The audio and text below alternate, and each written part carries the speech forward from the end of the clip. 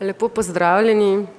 Jaz sem zelo vesela, da je v Muzeju za arhitekturo in oblikovanje prisotno toliko veliko arhitektov, ker to predavanje danes je namenjeno predvsem arhitektom, predvsem tistim, ki ste na začetku svojih poslovnih poti ali pa že prakticirate arhitekturo. Najprej pa mogoče se opravičam, da smo šele po enem letu, ko smo zaštartali z prenosom veščin kot z enomesečnim dogodkom, prvič dali na spored arhitekturno temo in sicer prenos veščin s 3 arhitekturnimi biroji. Zdaj, s tem prenosom veščin tudi odpiramo letošnjo sezono prenose veščin. To so vsakomesečna predavanja, na katerih predstavljamo že uveljavljene kreativce, ki so pač uspešni na svoji poslovni poti. Tokrat predstavljamo 3 arhitekturne biroje z Rokom Omanom, Vaso Perovićem in Boštjanom Vugo. Z njimi bomo govorili o tem, kako je možno imeti arhitekturen biro, biti kreativen in hkrati imeti neko uspešno poslovno strategijo delovanja, kako organiziraš to delovanje, kako poslovno razvijaš svojo arhitekturno prakso, svojo blagovno znamko, kako se tržiš in kako so oni pač uspeli kljub vsem problemom, krizam in tako naprej preživeti 20 let. Sam problem zame osebno kot arhitektke z arhitekturno disciplino je tudi ta, glede na to, da sem vodja Centra za kreativnost, je bilo moje poslanstvo tudi vprašanje, kako vplesti arhitekturno disciplino v sam Center za kreativnost. Center za kreativnost se ukvarja s kreativnimi industrijami, ampak arhitektura ima tukaj en problem, po mojem tudi iz tega stališča, kako je kot posel zasnovana in sicer na kakšen način delujemo kot arhitekti, kako organiziramo svoje poslovanje, svoje podjetja, ker v glavnem prodajamo pač svoje ure skozi svoje storitve za nek denar naročnikom in vprašanje je, kako nas naročniki pri tem vidijo. Da ne bom predolga, bom sam nekako povedala itinerarij današnjega večera. Potekal bo tako, da bo vsak od njih imel 15-minutno oziroma 20-minutno predstavitev svojega delovanja, potem se bomo pa tukaj usedali pa se v bistvu še bolj specifično pogovarjali o teh vprašanjih, ki sem jih zdaj naštela. Možno bojo tudi vprašanja publike, tako da pozorno spremljate pa si nekako zamislite ta vprašanja. Tako da prvega bom povabila na oder Roka Omana iz biroja Office Arhitekti. Še to, da povem, pač povabila sem te 3 biroje zato, ker so vsi 3 vpeti v mednarodni prostor, kajti delovati lokalno je za arhitekturni biro sicer logično in samoumevno in potrebno, ampak kako v bistvu razširiti svoje polje delovanja v neko mednarodno delovanje, pa je v bistvu posebno vprašanje in tudi mogoče nuja za tako majhno okolje, kot je slovensko okolje. Tako da Rok.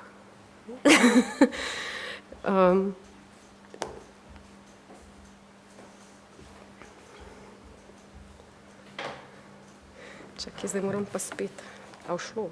Čakaj, 5. Tvoj? A vdelali? Ok, pa dogor? Ok. Tako da oder je tvoj.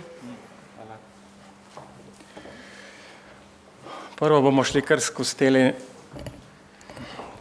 Hvala pa dobro večer najprej. Skozi enih par slajdov in nekaj vas bom malo zamoril s temi letnicami. Mogoče tudi za vaju 2 imamo mogoče par istih recimo sekvenc. Recimo govorili smo o nekih 5 stvareh skozi in nekako sem zbral 5 letnic, ki so nekako bile ključne pri našem, pa mogoče tudi pri vajnih 2. Tako da prvo je pač seveda 91, ki se upada nekako osamosvojitev Slovenije z začetkom našega študija, recimo Špelo so začela isti letnik, ter potem skozi ta leta od 91 do 98 celo imeli srečo kot recimo v primerjavi z ostalimi recimo mlajšimi kolegi smo imeli mogoče več sreče pri tem, da smo imeli možnost sodelovati v več natečajih. Nekaj smo jih tudi dobili skozi projekte z natečaji s starejšimi kolegi, tako da če grem počasi, kako se gre tlele, počasi dol,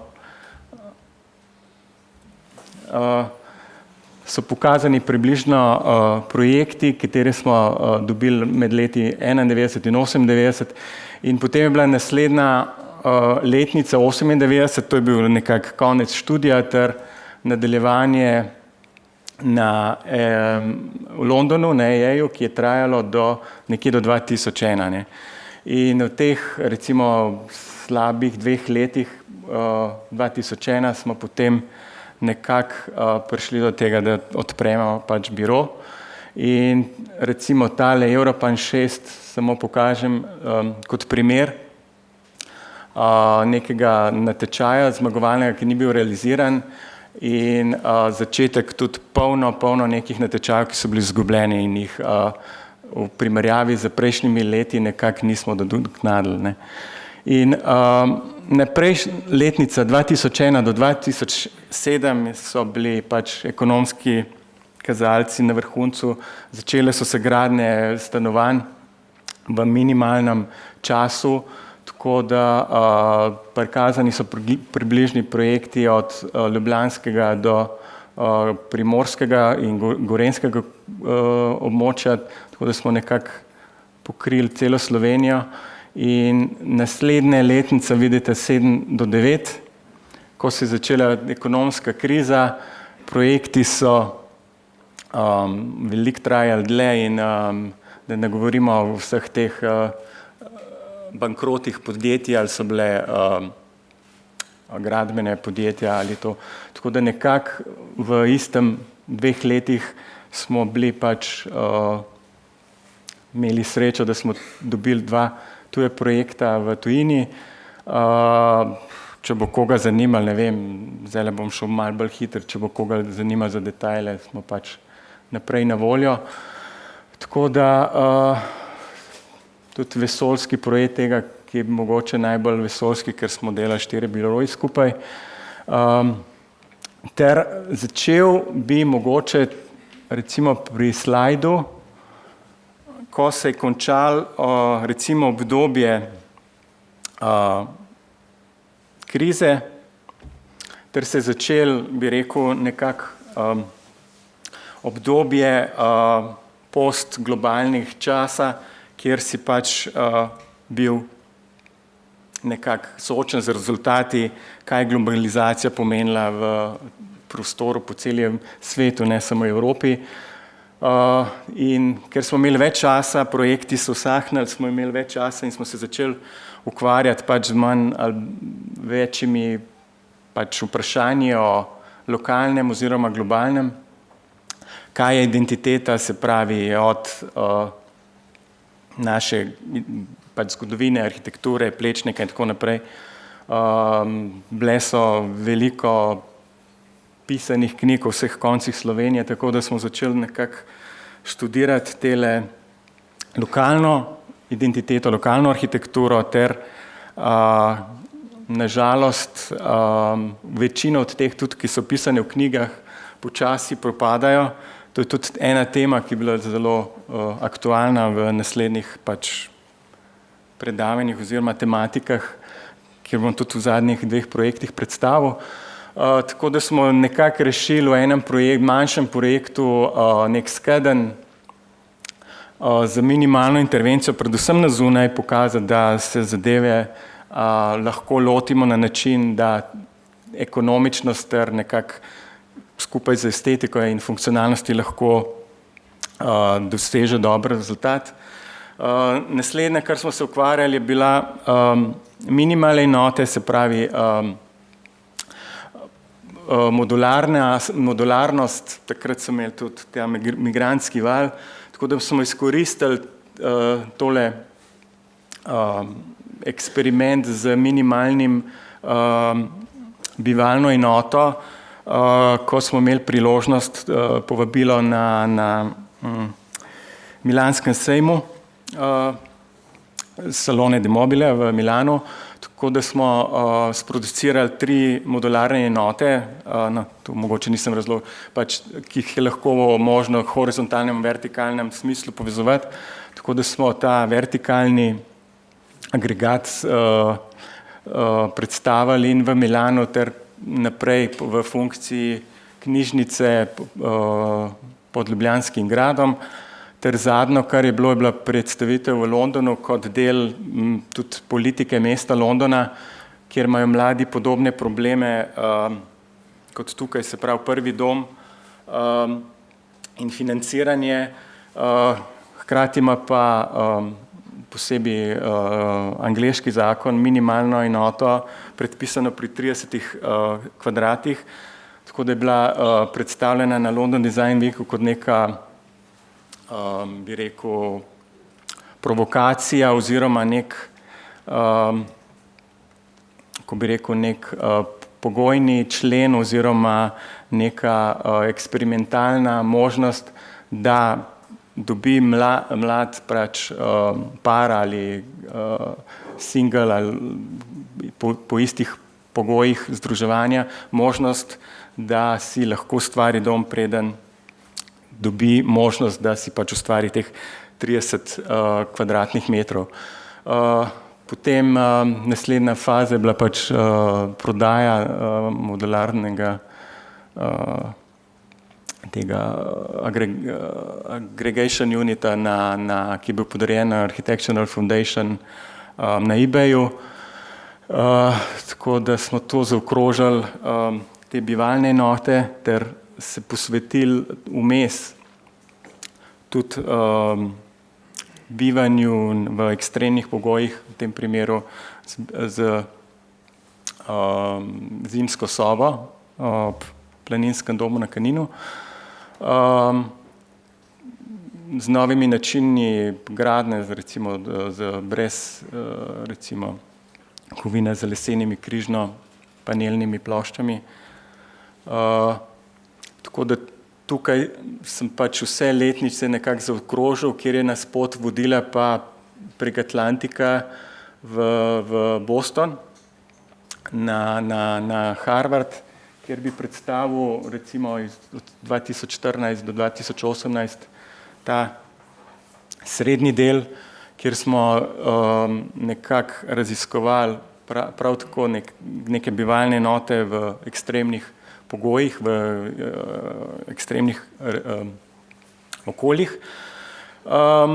Tako da smo skozi prvi del workshopa celo dobili to možnost, da smo naslednje leto študenti skupino celo prišli do realizacije v slovenskih Kamniških Alpah z bivakom na Skuti, ki je zamenjal dotrajani obstoječi bivak s pomočjo Planinske zveze sekcije Kamnik. Ter zadnji od teh manjših projektov 2017 je bil pa eksperimentalni projekt z sodelovanjem multikorporacijskega podjetja Guardian Glass, ki se ukvarja z steklom in nekako je bil tale ekstremna podnebja in ekstremne razmere, kako jih rešujemo s steklom. Poleg tega, da nas je zanimalo tudi to, da v bistvu steklo ni samo odprtina v zidu, temveč kako reagira tudi na ekstremne pogoje, da je lahko tudi nosilni element, v tem primeru je bil steklo nosilni material, brez kakršnekoli dodatne nosilne konstrukcije. Tako da mislim, da zadnja, mogoče, če bo delal, evo to je recimo trojček z tremi funkcijami v prostoru, ki je bil potem postavljen v Gorafe v Španiji, v puščavi, ter kot mogoče, če imam tle zanimivo, če bo delal, je bil celo predstavljen na več omrežjih, ter na koncu, ne vem, če imate Netflix, je bila na seriji Black Mirror, mislim, da drugi sezoni. To je bilo zdaj nekako nek oris vsega. Ne. Kaj sem pa v bistvu hotel poudariti, da danes jim predstaviti, je pa pač nekako posebej za mlajše arhitekte, je pač, kaj je funkcija arhitekta, a je to, da rešuje svet, a je to, kar nekateri pravijo, da si zidamo spomenike, ter nekako skupaj, verjetno, ne vem, verjetno imamo enake te izkušnje, posebej z manjšimi, recimo, če gremo nek bazični projekt, recimo neke privat hiše, in kjer se vprašaš, a gremo mi naprej v preteklost ali pa nazaj v prihodnost.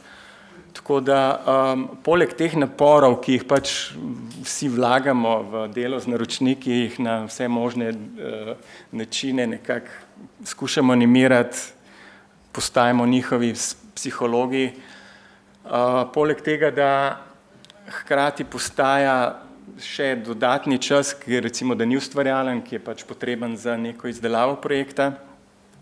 Kaj sem pa hotel danes posebej poudariti, recimo v vseh teh projektnih fazah projekta, ne, ki, kot vidite, kaj obsega, in recimo, če ta izvedbeni del odštejemo, se pravi nek koš časa delanja projekta, in nekako oceno zadnjih recimo let ali pa pol, recimo ti pade v aproksimativni številki del, ki pripada pridobivanju teh gradbenih dovoljenj, ker opažanja so, da v bistvu več kot 50% vsega nas približno ne samo stanje, ampak gre časa namenjenega za to pridobivanje gradbenega dovoljenja. Zdaj moram reči, da vsa ta leta do zdaj nekako, moram reči, da nekako je z velikimi ali manjšimi napori nekako ustvarjali, recimo, da je ratalo, da smo projekte pripeljali z nekimi, pač seveda so pač neka, vsak projekt terja določene žrtve. Bom pa zato predstavil dva projekta, v katerem so v popolnem slepi ulici. Začel bom z projektom ob Bohinjskem jezeru, v pač prvovrstnem in prvinskem in prva liga Triglavskega narodnega parka, zaščitenega do popolnosti. To je recimo samo na hitro nek sajt. To so pač vse okoliške hiše. V vseh teh aktih piše, da se pač moramo ohraniti kvaliteto sosednjih in te gradnje, zdaj ta je, mislim, da je radi že 500 metrov okoli, ter se istočasno ukvarjati z vsemi papirji od spomeniškega do občine, se pravi, tukaj imamo občino, spomeniško in potem še upravno enoto. Potem je delo z naročnikom, da sproduciraš recimo nek spremljiv, recimo temu zmeren projekt, res bom rekel zmeren, ter predstaviš na najbolj možen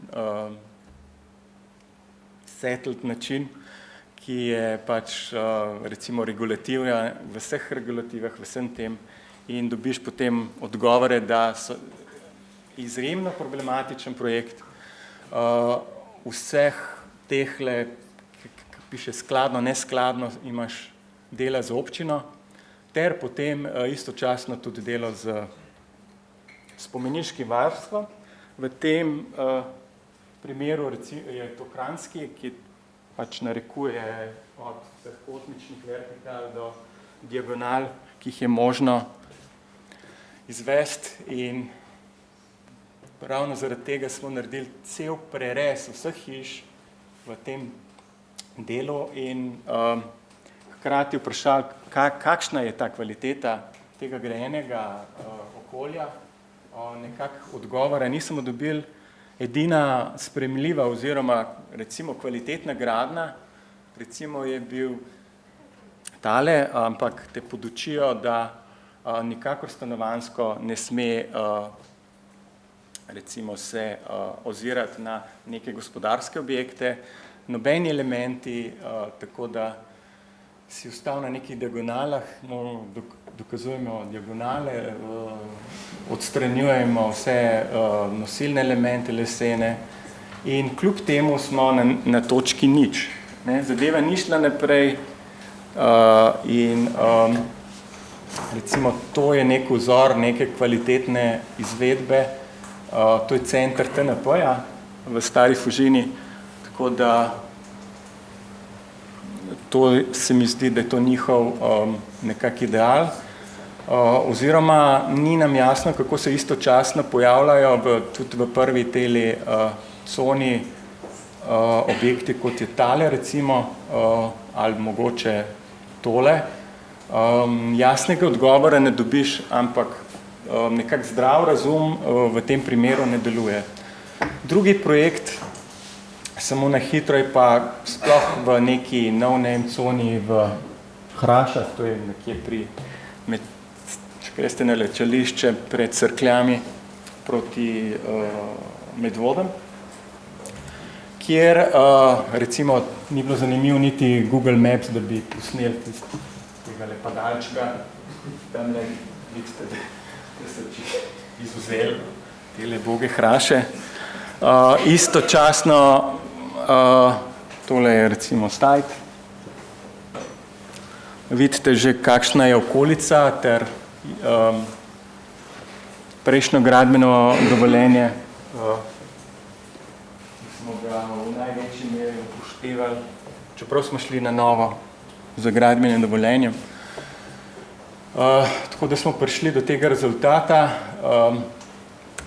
adaptacijam vseh možnih, pač ta rang 500 metrov, vse hiše te okoliške, tudi radi s kapmi, recimo v vsem tem predelu, kjer smo bili tudi celo kritizirani, da smo šli celo čez preko radija za to raziskavo, tako da smo dobili popolno negativno mnenje že od občine, od gospe Eve Šehovnik Drobnič, ki je bila tudi zelo arogantna, zelo ve, kako se stvarem streže, tako da je na nas vprašanje zdaj tudi na vas, ali si bomo mi malo odprli vrata zdaj naprej, ali bomo ostali v nekem začaranem krogu, recimo arhitekta, ne kot smo prej pokazali, da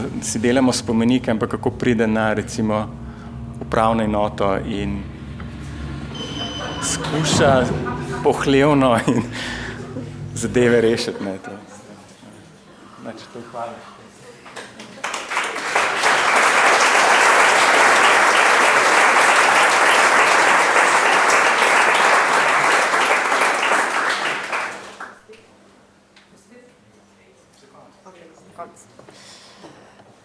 Ok, to je res zanimivo izhodišče pa za debato, ampak ne bomo zdaj zaenkrat tega komentirali, ampak bom vmes povabila Boštjana Vuga, da pride na oder. In kaj, predstavil boš svojo petletko? V bistvu, če že Rok začel spet, bom jaz nadaljeval spet.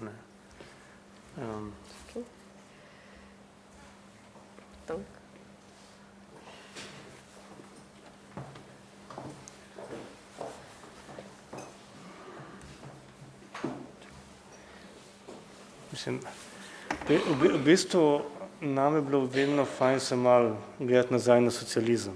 In tle v bistvu od samega začetka je ta office malo tako rekel, okay, kaj pa če bi tudi naše delovanje planirali na 5 let.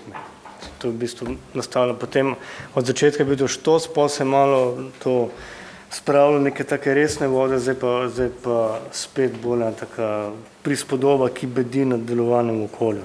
Tako da v bistvu tudi ta predstavitev danes je razdeljena na 5 letk.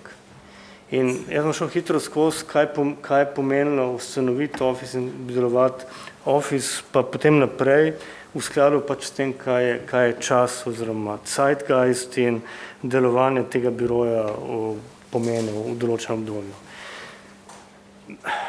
Midva z Juretom, ko sva začela v bistvu zelo jasno idejo, da to, kar delamo, je biro. Da to, kar ustvarjamo, je biro in ta biro je v bistvu ekonomski subjekt, ki potem dela oziroma producira arhitekturne produkte oziroma urbanistične produkte oziroma karkoli.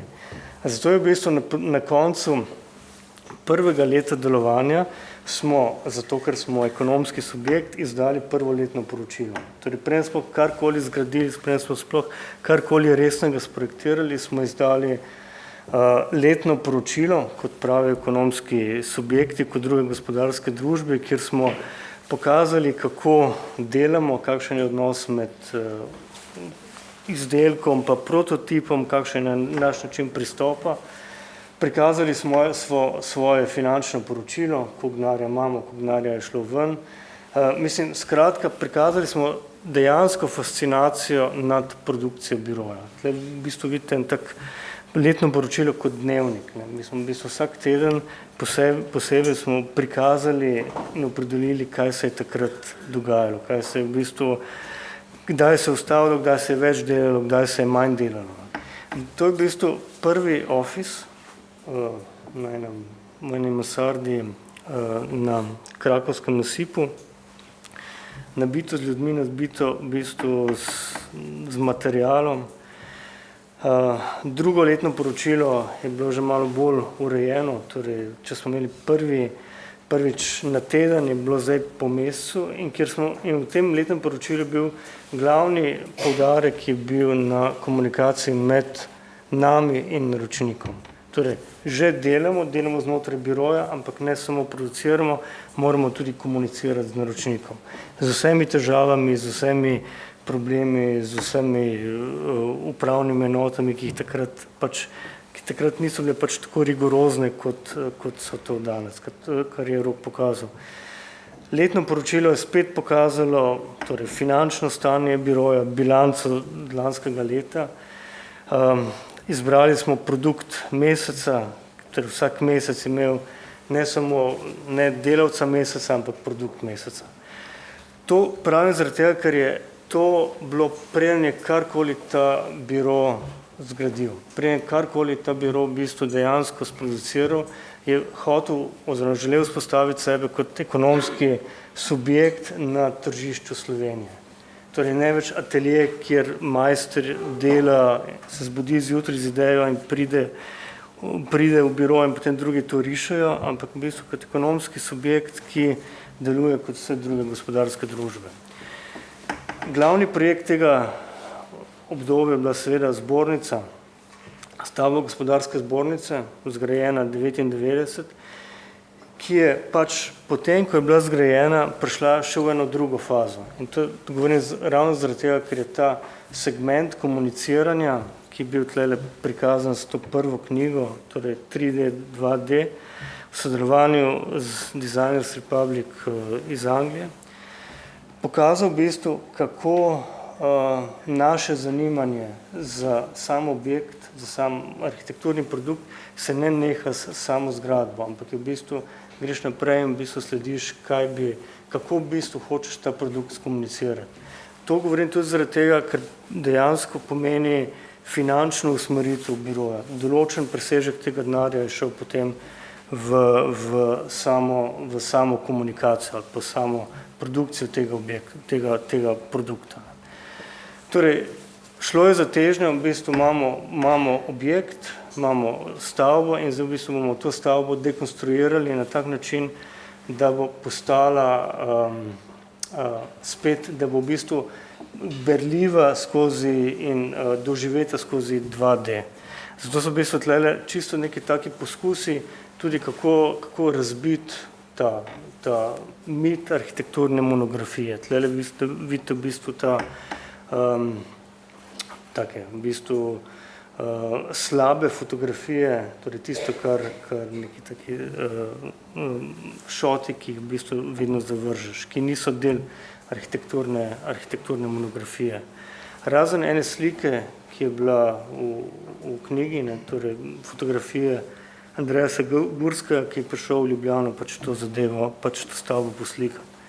In vse to smo počeli zaradi tega, ker smo bili res entuzijasti, oziroma ker smo entuzijasti in ker nam je všeč in producirati arhitekturo. Druga petletka pomeni rast. Torej prva je v bistvu čisto vzpostavitev biroja na tržišču Slovenije in z jasno usmeritvijo, da gremo pogledati čez. Druga petletka je samo še rast. Se selimo v drugi biro, kjer je atmosfera zelo podobna, malo večji, še vedno tako popolnoma nabit. Dva objekta, ki na nek način opredelita, torej gremo od javnih naročnikov, pridemo do zasebnih naročnikov. Ta dva stanovanjska objekta sta na nek način Gradavška in Kondominij zaznamovala delovanje biroja v tem času. In seveda zaradi velike produkcije začnemo arhivirati. To spet govorim zaradi tega, ker je arhiviranje tisto, kar ni plačano, kar v bistvu pomeni, da določena sredstva biroja grejo v samo presnovo, torej ostanejo znotraj tega. Začnemo arhivirati, le vidite v bistvu način, kako smo takrat arhivirali svoje delovanje. Arhiviranje je eno in drugo je v bistvu na način en tak meta projekt, kot ga imenujem, torej razvoj, v bistvu en tak research in prikaz, tle v bistvu tako imenovane te formule, ki smo jih potem združili v to knjigo, kot produkt te petletke, knjiga Formula Nova Ljubljana, s tiskanim delom in seveda z razstavo v Benetkah. In ta razstava je potem bila potujoča, spet razstavni del je del ekonomike oziroma biroja, ki je vlaga določen del v svojo komunikacijo. Razstava se potem selila iz Benetk v Barcelono, v Ljubljano, v Prago, na koncu v Beograd. Torej, ta drugi, torej 10 let se je zaključil z neko tako veliko produkcijo in s tem neko tako težnjo oziroma željo, da je edina stvar, ki je še možna, samo da še gremo naprej z neko tako isto ambicijo in z enim jasnim zanosom, da to, kar delamo, je prav ali pa je tisto, kar želimo. 2006-2011, ta tretja petletka, torej do 15. leta obstoja biroja, to petletko zaznamujejo veliki projekti, predvsem pa Stožice. Selimo se v biro na Bavarski dvor, torej postajamo čedalje večji, v teh letih je biro imel tam 25-26 ljudi. Delamo Stožice, glavni projekt, ki se je iz zmage na tečaju 97 do 2006 ni zgodilo nič in potem se je v 3 letih oziroma v 4 letih zgodilo in projektiranje, sprememba urbanističnega načrta, OPPN-ja, projektiranje in samogradnja. Bil je tak poskus, oziroma sploh ne poskus, ampak bilo je v bistvu način dela, da si risal v biroju in bilo naslednji dan že na gradbišču. Ta dva projekta, oziroma ta celoten kompleks, je tisti, ki je na koncu v bistvu tudi bil težišče za to, da smo lahko 2011 se je HT Kanc izdal to knjigo. Knjigo, ki je v bistvu pokazala, da je tlele čas za review. Da v bistvu imamo po 15 letih toliko stvari narejenih, da lahko nekdo drugi vzame, tle so ti editori, vzeli to, kar smo sproducirali in to pogledali na en tak čisto drugačen način, ki tudi za nas ni bil vedno afirmativen. In tako kot stvari rastejo vedno do določene mere, da bi potem lahko padle. In 2011-2016 je totalen obrat, v bistvu padec navzdol, ampak padec v bistvu sprememba načina dela, sprememba funkcioniranja biroja, v bistvu tudi pokazatelj, ali je ta biro takrat po 15 letih še toliko adaptabilen, toliko fleksibilen, da zna v bistvu prenesti pa se prilagoditi na novo situacijo. In od tega visoko letečega projekta Stožice, kot vidite tlele, je v bistvu ostala neka taka rana, če temu tako rečem, ki je pa, ko gledaš, najprej rečeš, ok, to je, mislim, tega nismo želeli, tega nismo projektirali, dokler se ti ne po nekako 2-3 letih, ko hodiš tja na to lokacijo, začneš zadevo gledati ne kot failure, ne kot napaka, ampak potencial za bodoče stvari. Gledaš v bistvu kot zadevo, ki je dejansko del arhitekturnega življenja, dejansko del v bistvu produkcije takega biroja. V bistvu nekaj, kar želiš skomunicirati ne kot končni produkt, ne kar nekaj, kot je bilo slabo ali pa je slabo, ampak v bistvu ta nedokončanost je v bistvu potencial tudi za druge, da pridejo sem in začnejo nekaj drugega delati. To je bil en projekt z arheologijo, to je drugi projekt z arheologijo v Mariboru, Max, velik projekt, tudi projektiran v času 2008-2010 za Evropsko kulturno prestolnico.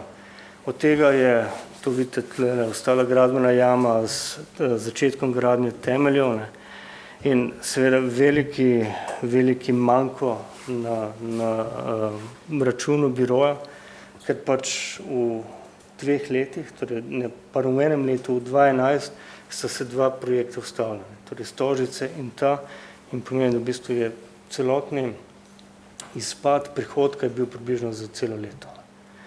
Torej, tle od tega Maxa je ostala nek tabla, ki mislim, da še zdaj tam visi oziroma stoji. Biro je seveda se v tem času tudi bistveno zmanjšal, mislim, biro dejansko fizični prostor, pa število ljudi, popolno se je reorganiziral, od tam 2013-2014 se nam je zdelo, da bomo začeli kot en tak novi start-up, če bomo preživeli. Ker tlele, poleg teh raznih tožb, ki sta ta 2 projekta prinesla sabo, plačila odvetnikov in to je pač to bila neka taka nova realnost. Ampak to, kot sem prej povedal, v bistvu ta Stožice niso pomenile samo failure, torej nekaj slabega, ampak tudi nek tak čisto reset do tega, kaj bi bil ta novi potencial, nove budućnosti. Konec 2016 je Vertigo, torej Damjan Gozole in TV Slovenije sta predlagali, da bi se posnel film, dokumentarec o tem, kako je ta biro rastel in tudi kako je padel to, kar sem ravnokar pokazal.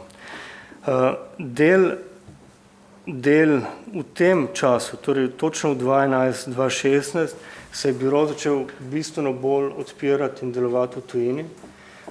Odpirati na način, da se povezuje z drugimi biroji, drugimi arhitekti pri izdelavi natečajnih predlogov. Vsi projekti, ki smo jih delali od zunaj, so več ali manj rezultat povezave Sadervuga pa biroja, ki je tam bil. Tako na Poljskem, v Nemčiji, v Albaniji, v Črni gori, v Švici. Tudi primer je Dom revolucije v Nikšiću, spet en tak način, kako je ruševina oziroma gradbišče, nekončano gradbišče, lahko potencial za nove stvari. Projekt v Albaniji za sodišče, stadion v Lozani in ta projekt, ki se končuje, oziroma ki naj bi bil drugi teden odprt, šola, fakulteta za socialne vede v Gentu, mislim v kampusu na univerzi v Gentu. Zadnje obdobje, to je, kjer smo zdaj, je v bistvu zaznamuje gradnja izven Slovenije. Torej, en tak zanimiv primer, pač te preizkus tegale prototipa za tole lamelo, to je nek tak končni rezultat stavbe, ki se bo, kot se neko odprla drugi teden. Z vsemi problemi, ravno tako kot je tle problem z dovoljenji, tudi za to hišo v Belgiji, ravno v tedni poteka na način, če pa rekel to besedo, boj za to, a se bo pridobilo še zadnje požarno dovoljenje. To pomeni tudi to, da je biro tukaj in biro tam, torej kontaktni ofis v Bruslju, ki te zadeve vodi. Ta relacija je tudi na koncu finančno opredeljena. 50% v Sloveniji, 50% v Belgiji.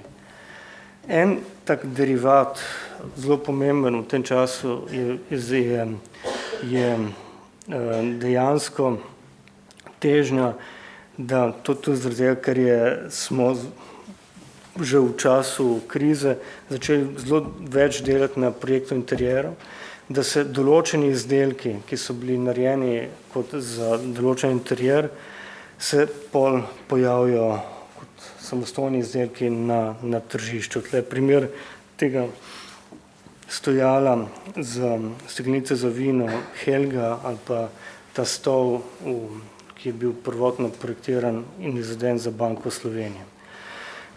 Letos se spet preselimo, gremo iz start-up ofisa predeljenega iz Bavarskega dvora v mestno središče. Tle je spet neka zasnova, bistveno manjša za neke 3 nove zloženke oziroma publikacije. In vse to se zdaj uravnava skozi bistveno bolj kompleksno strukturo finančne realizacije v biroju, kjer v bistvu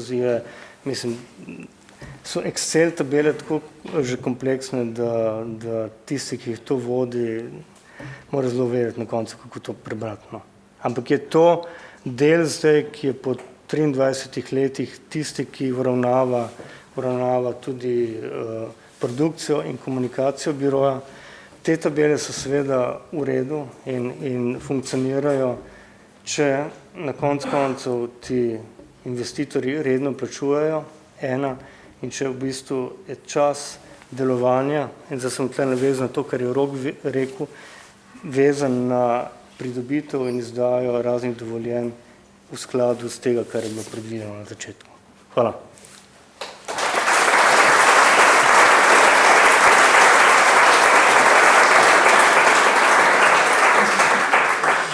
Hvala, Boštjan. In še tretji, ne? In ne zadnji v bistvu. A to je to? Ja. A sploh veš, kam imaš gor? Tine tukaj nije. Maj se hecam, izvoli Vasa. No, pozdravljeni. Zelo hitro, jaz bom verjetno najhitrejši, bom poskusil biti najhitrejši, da pridemo do tega pogovora. Enaka situacija, začeli smo približno istočasno in v bistvu, jaz mislim, da nismo začeli s enakimi premisami, nekako so te premise se zložile 10 ali 15 let zatem. Boštjan in Jura so zmeraj imeli to idejo o tem, da imajo biro, da je to v bistvu dejansko neka entiteta, Matija smo bolj začeli z nekim ateljerskim modelom, ampak v bistvu na koncu svi končamo na istem, lahko razvijamo teorijo ovako in onako, v bistvu smo sva 3 biroja na nek način komiti do projekta v bistvu nekega podjetja in to je to. Kaj stiskam? To? Aha, ne? To? Ok. No, to smo mi dva. Kakšnih 40 kg manj, bolj kosmata tudi, kakšnih 15 let nazaj.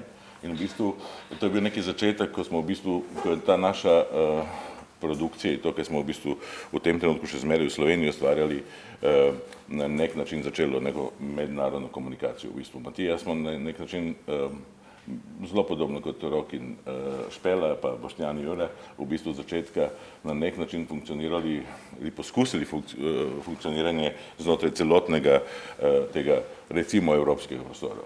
Nikoli se nismo počutili kot del slovenskega, seveda smo bili del slovenskega nekega kulturnega prostora, ampak smo v bistvu funkcionirali bistveno širše. In to je v bistvu, ali poskusili funkcionirati širše. To je v bistvu ta naš produkcijski prostor danes oziroma zadnjih 5-6 let.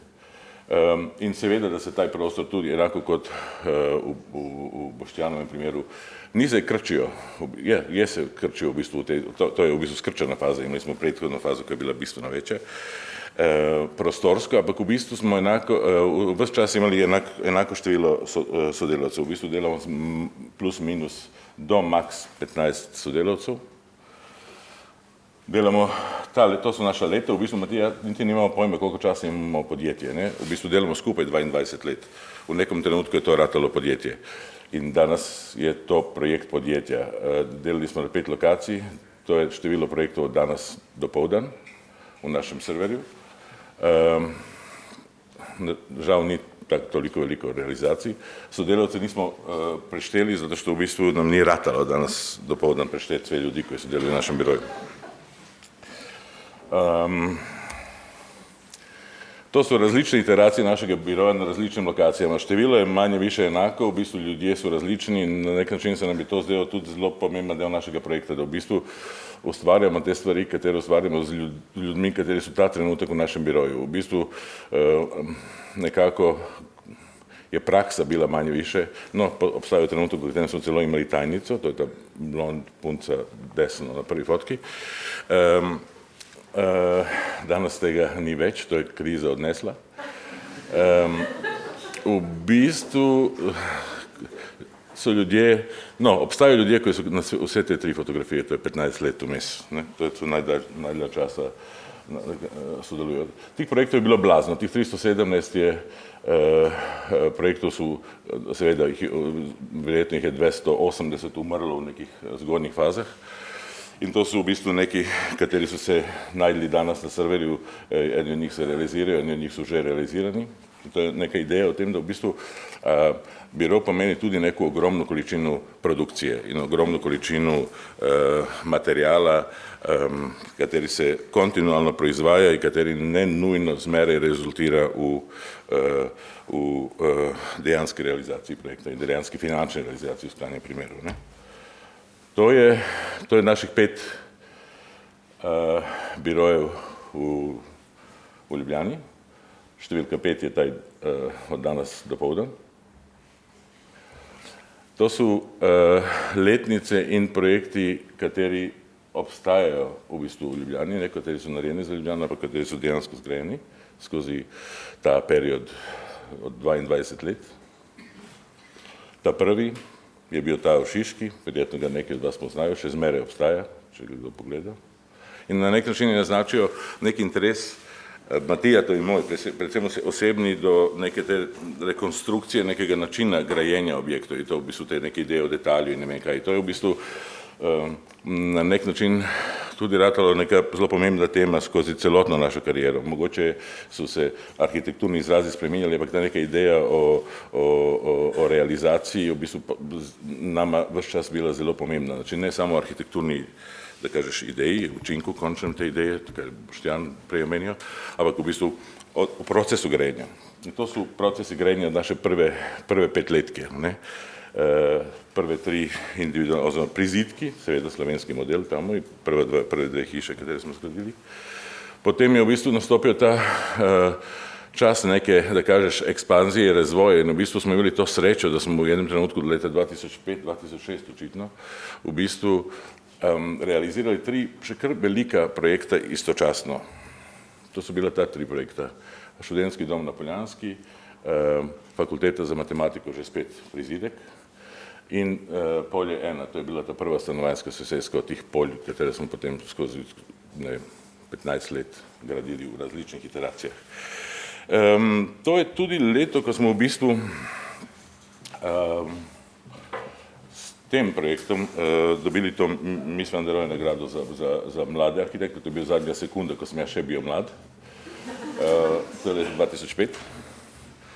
In v bistvu smo od tega trenutka že spet skozi neko serijo v bistvu manjših projektov raziskovali neke različne teme, koje so skozi ta leta do 2008, ko je v bistvu za nas prelomno leto te krize, v bistvu malce pred Boštjanom Juretom so nas nekako okupirali. Ne? Potem je prišlo to leto 2008, v bistvu ta popolni absence od dela v nekem trenutku na slovenskem trgu oziroma generalno.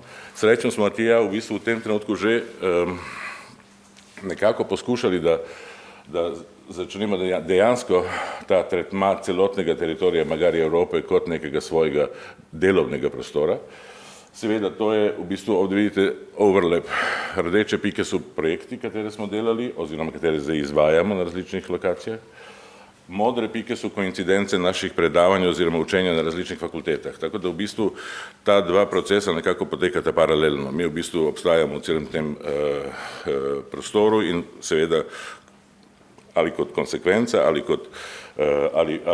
projekti pridejo prej, pa potem učimo tam, ali v bistvu so na nek način projekti rezultat nekega angažmaja na neki teritoriji. Tako da v bistvu ne prihajajo sami od sebe. So seveda rezultat natečajev, rezultat neke predvsem komunikacije s teritorijem, katerega v tem trenutku nam se zdi recimo interesanten za našo prakso. To so rezultati. Jeden so čist blizu, v sredini je fakulteta v Zagrebu, ampak biologija, geografija, geologija, 3 fakultete v bistvu v Zagrebu, to je ta srednji. Ta desni projekt je pedagoška fakulteta univerze v Bruslju, katera trenutno konc tega meseca bo končana, upamo, januarja bo otvoritev. In na levi strani so socialna stanovanja, ogromno število, ne vem kakšno, socialna stanovanja v Antwerpenu, katere se tudi končujejo in bodo končana to leto.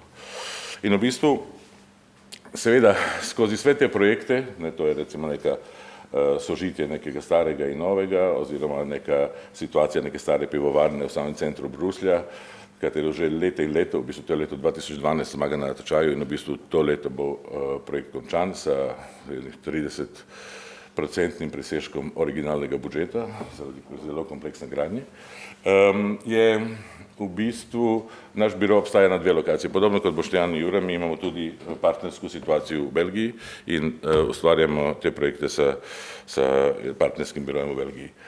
Svaka situacija, v kateri smo delali v tujini, v bistvu je terjala tudi prilagajanje neke lokalnoj, ne samo zakonodaji seveda, nego tudi organizaciji dela, tudi obseg projekta je drugačen, vloga arhitekta je drugačna,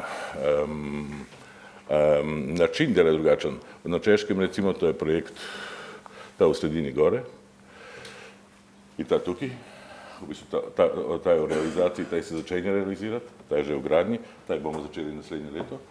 To so 3 projekte v Pragi. Imamo lokalne biroje, kateri delajo za nas, kateri mi kontroliramo. V Avstriji smo začeli svoj mali biro, ostalo so v glavnom situacije belgijske, da imamo lokalni biro, s katerim sodelujemo.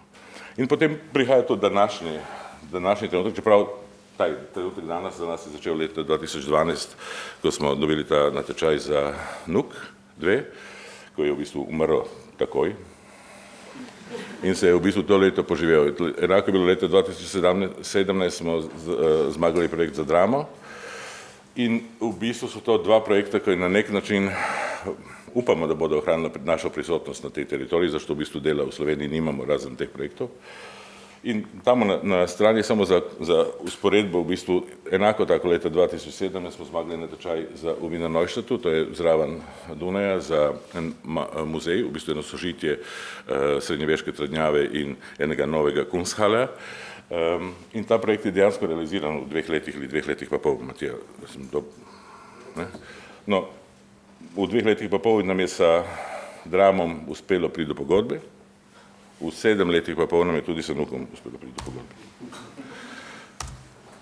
Ta projekt je v bistvu vogal neke velike trdnjave, ko je bilo v bistvu ta zadnji bastion defensa proti Turkom, od Dunaja proti Turkom. in je v bistvu to na nek način prikazana na levi fotki eliminacija, to rdeče eliminacija nekih zgodovinskih lerov, da so v bistvu ta neki kazemati so skladišča municije, očistijo in v bistvu dva elementa, en element, kateri hišo poveže z mestom in drugi element v parku, taj novi Kunsthalle Space. In na nek način, to je projekt, v bistvu v Avstriji mi tamo, ta projekt delamo kot, smo delali, še zmeraj ga delamo, zato zdaj popravljamo napake, kot generalplaner. To je opet neka nova situacija. Kot arhitekt nisi nujno samo arhitekt, nego v bistvu mi vodimo kompletno gradnjo, mi odločamo praktično, oziroma ljudje, kateri mi zaposlujemo, odločajo, kdo bo gradijo, ali bo dobijo plačilo in enako tako ne samo to celotno enormno odgovornost, predvsem finančno, za v bistvu končni uspeh projekta. To je vhod v ta muzej v bistvu, to je mogoče samo ilustracija tega, da se kdajkrat v bistvu tudi kot arhitekt sa nekom idejo o tem, kaj v bistvu naš job je v Sloveniji, se moraš loti nekih drugih jobov, katere mogoče nisi planiral, da delaš. To je v bistvu vhod iz strani mesta, ta lobby, naš biro v obisku, naš biro že spet v obisku, ampak v bistvu v tem srednjeveškem delu, ko je zdaj nekako v bistvu samo so eliminirali ti zgodovinski lejeri oziroma ti prizidki. Taj Kunsthalle od zadaj. V bistvu na nek način mi imamo v tem projektu pogodbo, ta projekt je odprt aprila meseca, trenutno je razstava poteka že v njem. Mi imamo tudi post-care kontrakt, to pomeni, da kot taj generalplaner še 3 leta v bistvu sprejemljamo svoj lastni projekt in odpravljamo napake sproti in kličemo izvajalce in rešujemo, v bistvu je to bil edini praktičen način, da kot arhitekti nastopimo na tem trgu. Ta komunikacija, katero kot arhitekti imamo, seveda obstaja zelo veliko revij tudi v Sloveniji, ampak v bistvu ta neka komunikacija, katero je Boštjan zelo dobro pokazal z tvojega dela, v neki javni sferi je v bistvu ekstremno pomembna. Seveda, to je tudi, ne verjamem, da to nekaj, kar nam prinaša projekte, ampak v bistvu nekaj, kar nas prisili, da na nek način stavimo točko oziroma zaključimo en segment našega lastnega dela in v bistvu ne bih rekel, da smo se s tem zelo intenzivno ukvarjali, ampak v bistvu vsakeč, ko smo imeli priložnost, smo se lotevali tega, zašto nam se zdelo predvsem pomembno, da na nek način zaključimo določene faze našega biroja. In v bistvu, če samo povzamem zdaj kao neki končni zaključek, to so v bistvu zgoraj 3 projekte v Pragi, katera so trenutno v neki realizaciji, 2 projekta v Sloveniji, za katera upamo, da bodo prišli enkrat do realizacije, ampak delamo seveda na tem. In v bistvu seveda to je še ena, da kažeš, paradigma biroja, se kot birovce nikoli ne ustaviš.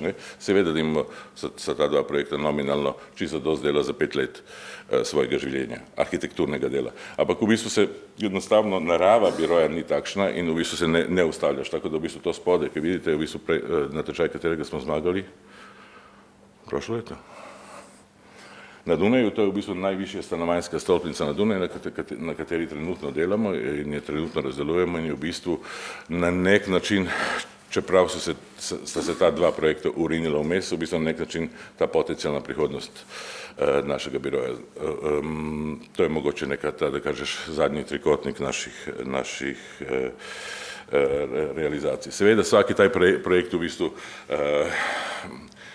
obstaja določene ideje, določena tema, določeni karakter, ki je poskušal doseči, določena ambicija in je v bistvu skozi neka leta poskušaš realizirati s vsem tem težavam. Ja mislim, da je Rok blazno dobro ilustriral točno to slovensko situacijo, te ekstremne progresije birokracije in te ekstremne progresije v bistvu te papirološke obstrukcije gradbenih procesov.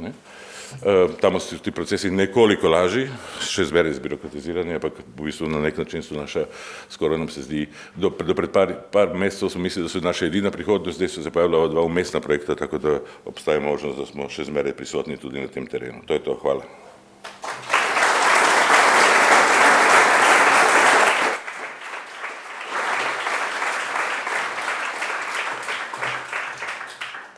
Ok, hvala. Jaz predlagam, da se kar presedemo. Vse bomo hitri. Potem pa predlagam, da za začetek odprem jaz debato, vam zastavim nekaj vprašanj, potem bomo pa dali priložnost tudi publiki, da se vključi v samo debato.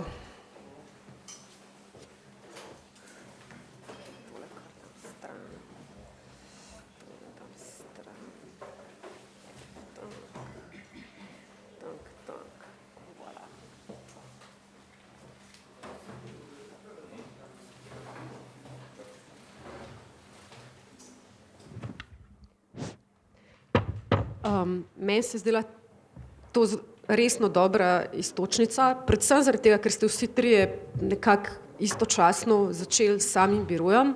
Tako da samo prvo vprašanje je v bistvu tako tudi na podoben način ste začeli z zmago na natečaju, ampak prvo vprašanje za vse trije, kje vidite razliko oziroma na kakšen način imate organiziran svoj biro kot nek pač poslovni subjekt, kakor je rekel Boštjan, ker verjetno je nekaj, da ti kot avtor zmagaš na tečaj, potem se pa soočaš s tem problemom, da moraš ta projekt realizirati, ki je lahko precej večji, potem pa po tem projektu realiziraš nov projekt, pa nov projekt, pa nov projekt in verjetno v nekem času pride do neke delitve dela znotraj enega ekonomskega subjekta. Pač kako sploh organiziraš delo v takem biroju v 20 letih, kjer se ti zamenja, ne vem koliko, 100 sodelavcev mogoče?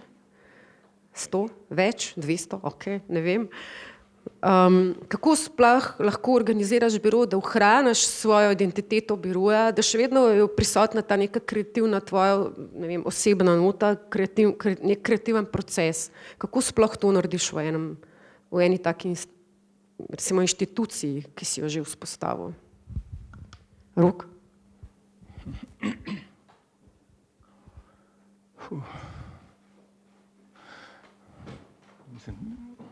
Čim si začela o tem govoriti, sem razmišljal kot smo kot študenti ali pa mogoče, ja, mislim, da kot študenti in tudi skupaj ali pa mogoče tudi posebej seminarji obiskovali različne biroje. In spomnim se v tem delu, v tem času, ko smo obiskali Omin v Rotterdamu office, da večjega kaosa v življenju nisem videl. In v točno istem času v tem času so delovali in nastali in se realizirali najboljši projekti. Najboljši, niti prej, niti potem. Tako da bi potem, če malo paralelo predstavim, mogoče na London in na biroje obiskal recimo Fosterja ali pa spoliranih birojev, ali pa celo kot laboratoriji z orhidejami in 2 tajnicami in posebej prostor samo za makete, svoj razstavnem prostor. Tako da v bistvu moraš biti toliko sam iskren do sebe, kot prvo je to, da če nekaj nisi, kar ne moreš biti, oziroma jaz ne vem, nikoli ni ratal nekaj takega poslovnega modela ali pa karkoli bi mogoče umetno poskušali vzpostavljati ali pa to, kar si tudi vprašanja Mika o teh nekih PR, če imate PR ali mislim. Trenutno bi jaz najel PR, če bi mi hodil na upravno enoto ali pa na te, da bi reševali zadeve, ker recimo, če si predstavljali, kdo je bil pri nas, ne vem, jaz hodim za Špelo in bi najraje skozi telefon povlekel tistih referentk in jim ne vem kaj. Mislim, težko je ohraniti mirno kri oziroma se mi zdi, da smo v nekem takem, zato to izpostavljam, mogoče tudi, ne vem, mogoče bi Špela kaj drugače povedala, ampak glede na to sem recimo tukaj, da se mogoče izpraznim pred kolegi arhitekti ali kdorkoli ste že in mogoče v spodbudu nekoga, da bi mogoče kot, ne vem, kot skupnost oziroma lahko dosegali, da bi nam ostali še kaj prostora za kreativo, ker jaz mislim, da naš cilj je, da ostane nam nekaj prostora za kreativo in da se neke zadeve lahko malo lažje realizirajo kot recimo mogoče tudi v preteklosti, ker se spomnim, ko sva celo med študijem v isti občini Medvode za neke pač prijatelje projektirali, pač streha je bila čisto drugačna in smo šli takrat isto je bila ta občina Šiška in smo šli vprašati, pa kaj zdaj s tem, pa to ne gre skozi nobenega. Rekel, pogledajte to, pogledaj projekte, dobili smo recimo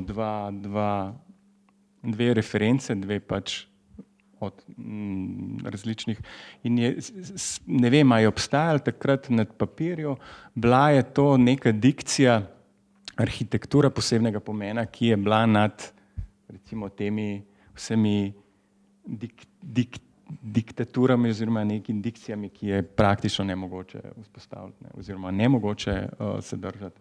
Oziroma potem, kako nekaj interpretiraš, to je vesolje med pač temi ljudmi tukaj in včasih se počutiš, da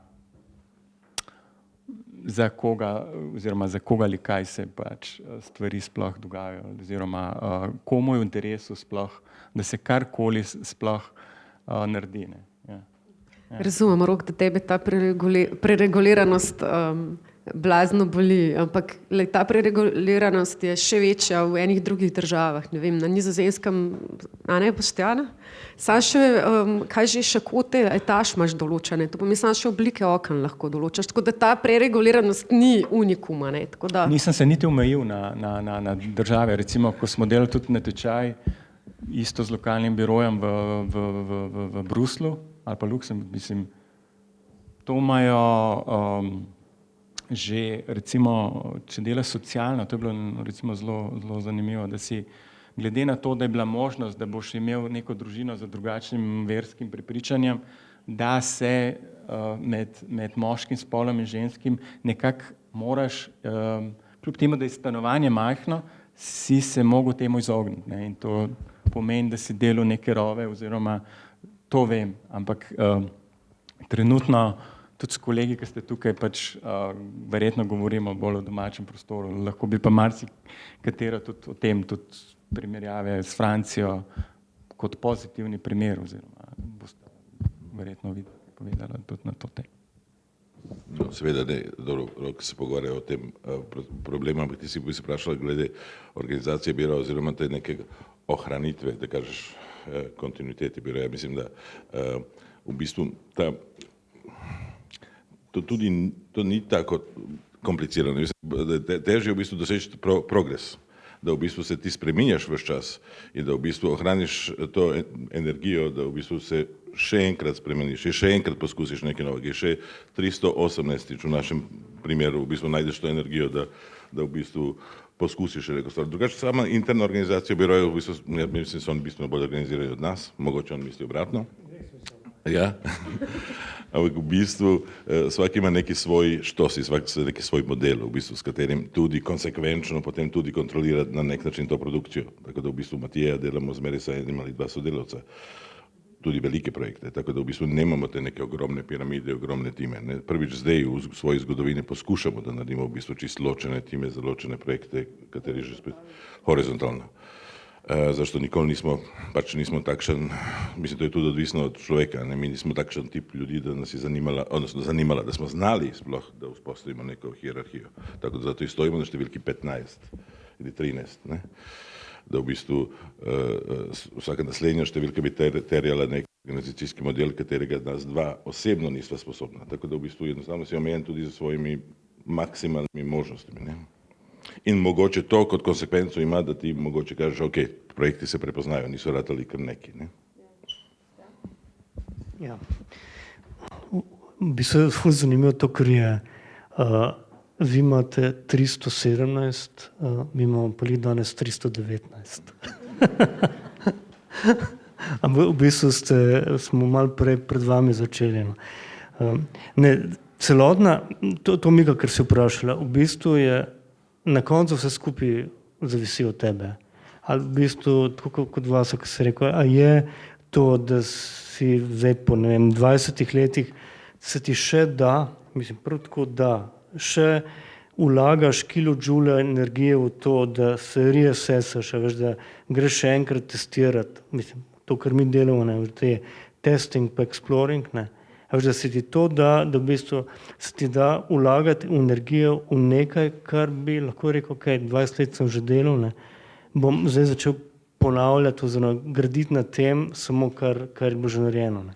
Tako da ta odločitev o tem, a je to kreativni biro, kritično kreativni biro, je v bistvu odvisna pač od vsakega posameznika. Jaz mislim, da tudi tlere ni vzorca, da bi rekel, kaj je boljš, kaj je slabše. Jaz mislim, da bi moralo biti to tržišče, pa ne vem, ta prostor, tak, ki dovoljuje različne možnosti. Ne. In bolje po mojem problem v tem, da mislim, kje mi zgubljamo energijo. Ne. Zgubljamo energijo v tem, ker je sistem okrog birojev premalo vzpostavljen. Recimo to, kar zbornica zdaj poskuša, oziroma kar poskuša že nekaj časa, ne, da bi vzpostavila sistem od cen do tega, kaj je gradbena, oziroma kaj je projektantska pogodba, kakšne so faze projektantske pogodbe. Torej tisto, kar na nek način ti določen tak framework svojega delovanja. In potem, ko imaš ta framework definiran, lahko vsak biro najde svojo pot znotraj tega frameworka. Če pa frameworka ni, ne, tega ogrodja ni, ne, pa v bistvu prihaja do raznih teh deviacij. In ta deviacija, ta zadnja deviacija je v bistvu sprememba gradbenega zakona, ne, kar je rezultat vse te birokracije, ki smo vsi pač priča v tem času, je ravno to, da okolje, v katerem bi ti deloval kot projektant, kreativni projektant, ti v bistvu onemogoča oziroma zahteva od tebe, da procent vseh teh projektantskih ur nameniš reševanju drugih stvari, ki bi v nekem drugem okolju ne bilo potrebno. To seveda ne pomeni, da je švicarsko okolje ali pa belgijsko okolje, če samo to omenim, pač drugače ali pa čisto procentno, ni bistveno boljše. Gre v bistvu za to, da v takem okolju, ki ima že to tradicijo tega frameworka vzpostavljenega, pride lažje do tega pogajanja, no. Tega v bistvu pogajanja znotraj tega frameworka. Pri nas pa tega pogajanja ni možnega, ker frameworka ni. Ne. Kar se zakonodaja menja v bistvu na dnevni bazi. Ne. Tako ti v bistvu v Belgiji je točno to, imaš to veliko inercijo, da se stvari rešujejo na podoben način, že je ogromno birokracijo, že 30 let, in v bistvu potem je ta možnost debate, si bistveno bližje možnosti debate v primeru, da delaš nekaj drugačnega. Obstaja možnost debate, predvsem. Obstaja možnost, da ti nekom faktorju v procesu, kateri ti izdaje gradbeno dovoljenje ali soglasje za whatever požar, poveš v bistvu drugačno rešitev od te, katere se pričakuje. Ne? V tem smislu. Tako da, ja, v tem smislu je proces lažji. Tukaj v bistvu imamo zakonodajo, katera svakič naj bi ti pomagala in naj bi bila bolj enostavna, in da to je samo bolj in bolj kompleksno. Ok, eno bistvenih vprašanj zame, ne, kot arhitekture, kot arhitekturnega podjetja, kot poslovnega modela je bilo predvsem ta problem, da prodajamo ure svojim naročnikom, svoje ure. A ne, tak model, kot sem že povedala na sestanku, ne omogoča rasti. Zato, ker ti lahko v bistvu dodatne ure dobiš samo tako, da najameš dodatnega človeka. To pomeni, da sam ta poslovni model je v bistvu fiksen na modelu ur, ki ga prodajaš za denar. A je to res ali ne? Okay. Jaz mislim, pa, a lahko spekulativno razmišljamo, a je to res ali ne, a je to res? In pa v bistvu, kako lahko spekulativno s tem modelom in v našem lokalnem prostoru, kaj lahko sploh spremenimo, ker te cene nikakor ne moremo, ne vem, določati, da bi nam omogočalo na primer razvoj enega podjetja ali pa v enem drugem, ne vem, tujem okolju, mednarodnem prostoru. No, jaz ne vem, Miha, če bi se strinjal s tabo, da v bistvu mi prodajamo ure, mi prodajamo projekte. Potem se to porazdeli na neko količino ur in so ponavadi slabo plačane. Ampak v bistvu je cilj, v osnovi je tvoj cilj projekt. Tako da nisem ziher, da so ti, mislim, gledaj, tudi ekonomija, vsak od birojev na nek način preživi whatever krizo ali ne preživi, tudi bi lahko ne preživel. In v bistvu da kažeš, mala refleksija na slovensko situacijo, jaz mislim, da je v bistvu bolj pomembno to, kaj Boštjan govori, da v bistvu ta osnovni framework, če vzpostaviš, potem boš prišel tudi do tega, da je vrednotenje tega dela razumno. Če v bistvu jamljenje o samem vrednotenju, in seveda to, da prodajamo ure, mislim, da to absolutno ne pride upoštevati. To bi enako bilo, kot bi rekla, da je prodaval whatever. Janez Bednik, ure na slikah. Ne, v bistvu... Moj problem je v tem prostoru, je, da vsakič, ko se sedeš za mizo z investitorjem, tebe on ne vidi kot vrednost, ampak te vidi kot strošek. To pomeni ne. Ali si ti več vreden od nekoga, ki je ravno kar prišel z faksa in... A veš, kaj mislim, ne? Ti si vreden več samo zaradi referenc, ki si jih ustvaril v zadnjih 20 letih.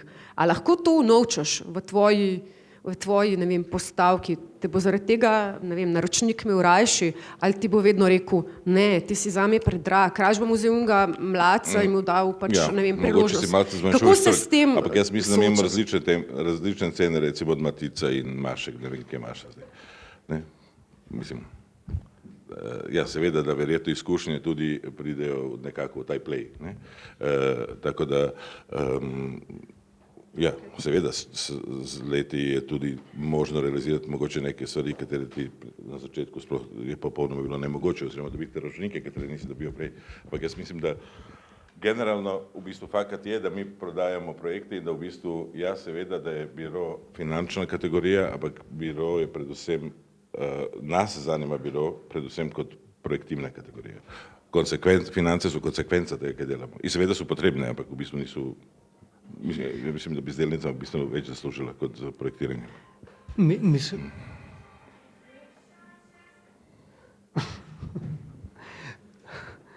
V bistvu to s temi urami je taka zanimiva zadeva, ne? Zato ker jaz se tlele tudi strinjam z vas, v bistvu prodajaš, mislim, narediš projekt, ki ga probaš čim boš prodati, ne?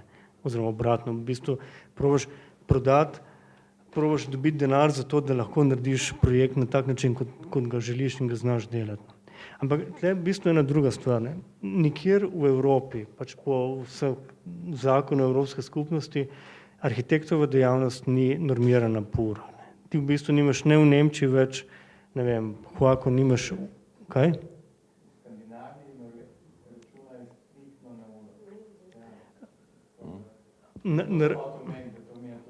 No, ampak računajo na uro, ampak ni, ne, ampak hočem reči to, da ni ura uzakonjena.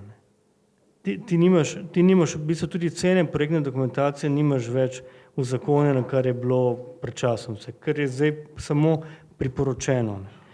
To, kar se mi zdi zanimivo, pa to, mislim, to, kot mi delamo, pač vzameš določene, ne vem, arhigram, ki ga pripravlja zbornica in ga potem prilagodiš glede na to, kako biro deluje.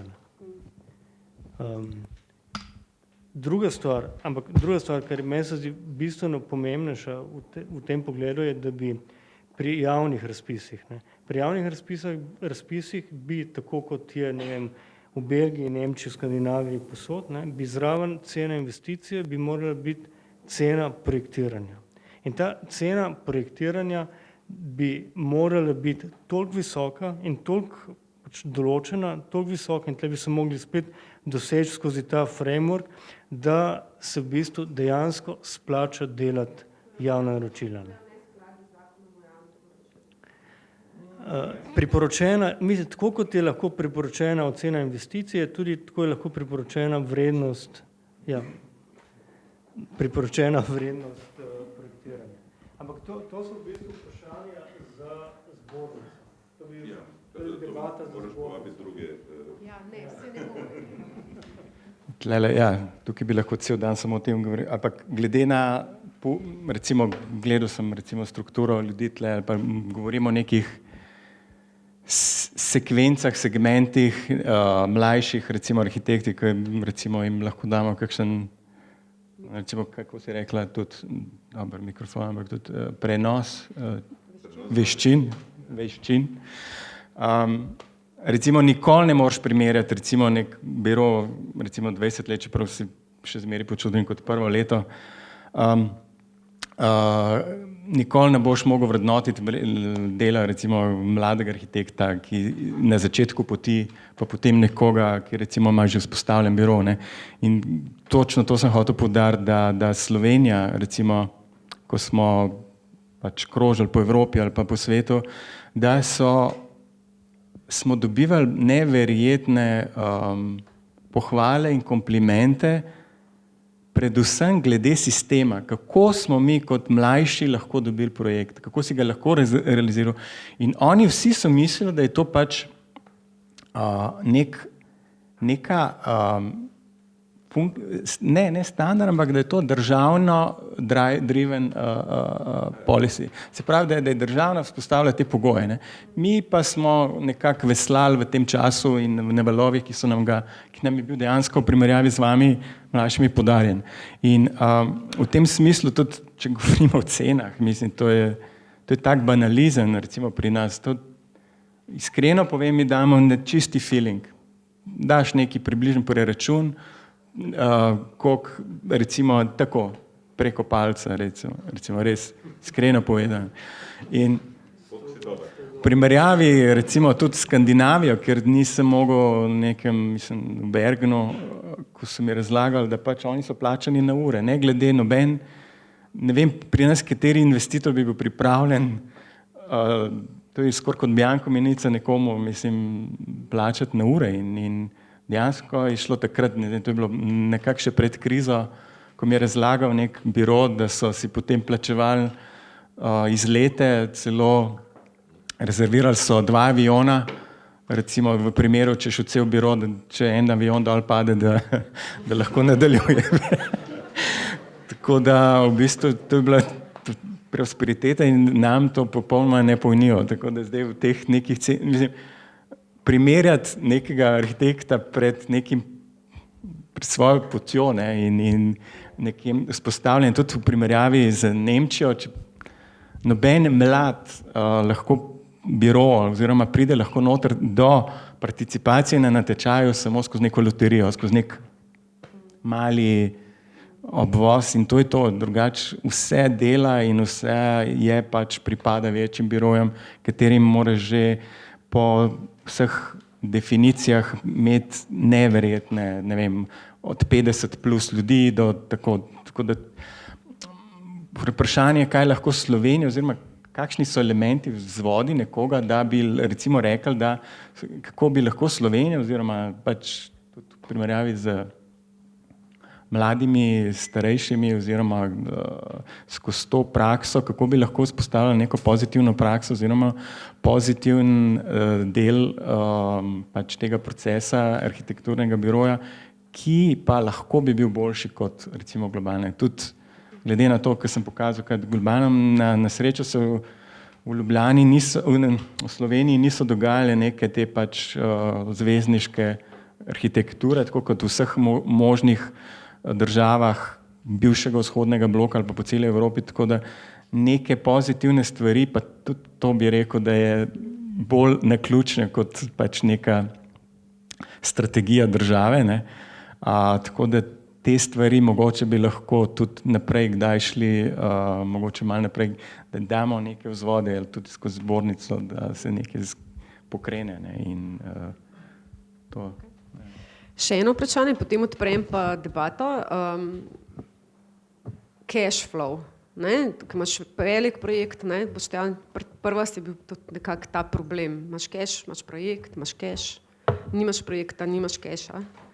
Kako ravnavaš tak cash flow v enem biroju, pa hkrati, ne vem, v enem momentu ste vsi pač to nekako spečali z mednarodnimi projekti, ali so to eni manjši ti obvodi, manjši projekti, kot so, ne vem, interierji, ali so pač manjši projekti v vašem primeru, kjer so tudi povezani z nekim researchem materialnim.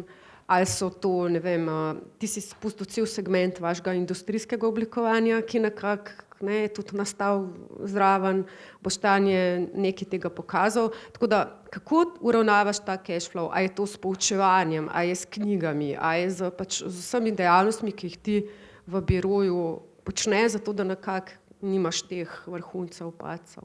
Tako, to. Boštjan je za biznis.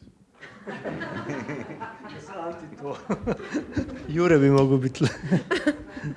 Ne, v bistvu ta arhitekturni biro je v bistvu res tako nihanje med potenco pa impotenco. Mislim, in v bistvu to, kar si pravila, uravnavanje cash flow, zato ker to, kar mi ponujemo, je intelektualna dejavnost, kreativna intelektualna dejavnost, servisna dejavnost. Mi smo servisni. Enkrat je servis zgoraj, enkrat servis spodaj. In v bistvu uravnave, posebno pri birojih, ki so na nek način ranljivi. Mislim, vsi trije biroji s 15 ljudmi, to je ranljiva številka. To nimaš kritične mase, ki bi ti v bistvu zagotavljala, tudi če nekaj ne gre, da bo to obstalo. Ampak to nisem pri nas. V bistvu gledamo vse biroje, tudi Zaha, ali pa Foster odpustijo 300 ljudi, ali pa 60 ljudi. Tako da mislim, da v arhitekturnem biroju imeti, ne vem, eno omaro, v kateri bi bil noter zagarantiran cash flow, je nemogoče. Tako da to je del tega poklica. Tako kot je v bistvu, recimo, kaj lahko narediš? Nimaš, mislim, to je paradoks, nimaš dobrega cash flowa, kaj to pomeni? Ne boš delal na tečaju. Ker če ne delaš na tečaj, pomeni še izgubo, dejansko izgubo v biroju. Torej, če ne delaš na tečaju, potem nimaš možnosti, da bi pridobival delo. In to je skozi neka taka paradoksalna situacija, v kateri surfaš. Surfaš tako, da bo en mesec malo boljš, en mesec malo slabše. Jaz ne znam nič o uravnavanju cash flowa. Ja, pa v bistvu ta kriza ni bila ekskluzivna samo za Slovenijo. V bistvu tudi imamo zelo dobrega prijatelja s Matijetom v Španiji, kateri je v bistvu delal na Kolumbiji in v bistvu svojo plačo z Kolumbije pošiljal svojemu biroju, da bi ohranil svoj biro v Madridu. In to delal 5 let španske krize. Tako da v bistvu ja, arhitekturni biroji niso neke genialne ekonomske entitete, kdajkrat je boljše, kdajkrat je slabše. In v bistvu gledanje na arhitekturni biro skozi izključno ali pretežno ekonomsko prizmo je v bistvu futile effort, zaradi tega, što ga v bistvu noben ne začenja, zaradi tega, da bi ekonomijo vzpostavili iz tega.